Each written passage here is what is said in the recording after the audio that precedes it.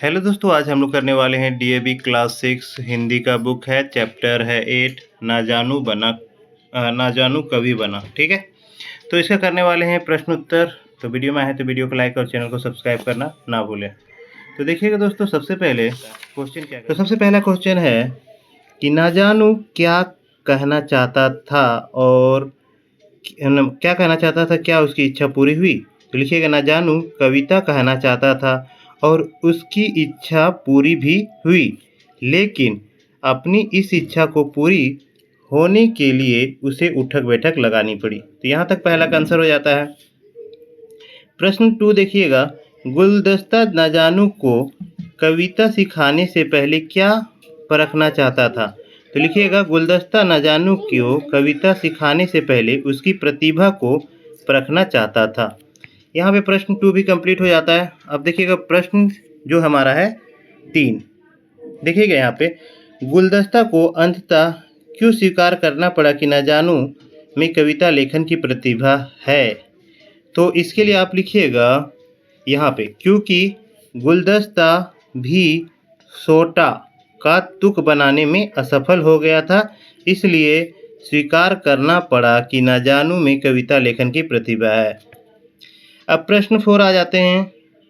जब ना जानू ने जानू और सुस्ताराम पर कविता सुनाई तो उन्होंने क्या कहा और क्यों कहा। तो देखिए, जब ना जानू ने जानू, इसके बाद आप लिखिएगा, यहाँ से लिखिएगा, देखिए जानू की कविता सुनाते हुए कहा कि जानू गया टहलने नदिया के तट पर, जाते जाते कूदा मोटर के तट पर। इस पर जानू कहता है कि झूठ, मैं मोटर की छत पर कब कूदा।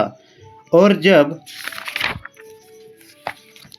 जब न जानू सुस्ताराम की कविता सुनाते हुए कहता है कि सुस्ताराम की जेब देखो, रखा है मीठा सेब देखो। तो इस पर सुस्ताराम कहता है कि झूठ, सफ़ेद झूठ, मेरी जेब में कोई सेब नहीं है, देख लो।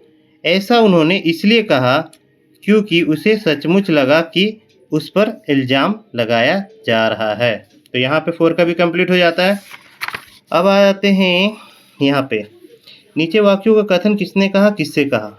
आओ हम लोग नदी पहाड़ खेलेंगे। तो छोटू ने कहा किससे, ना जानू से।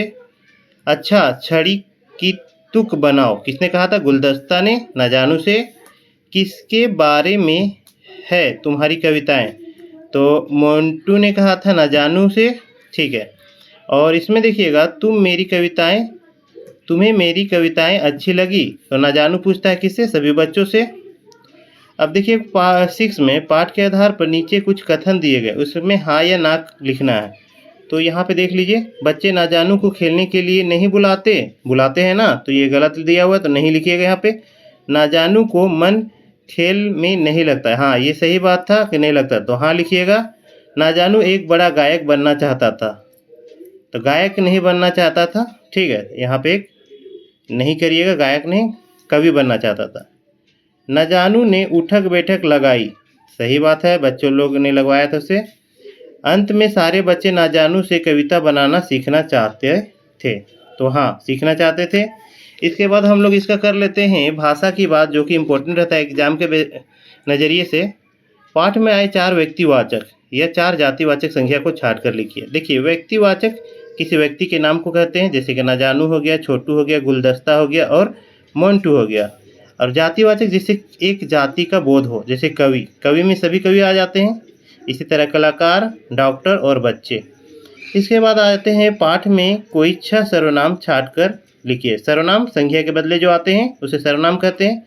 मैंने लिखिएगा, मैं, उसके बाद तुम, उसके बाद तुम्हारी, मेरा, और आप लिख दीजिएगा आप।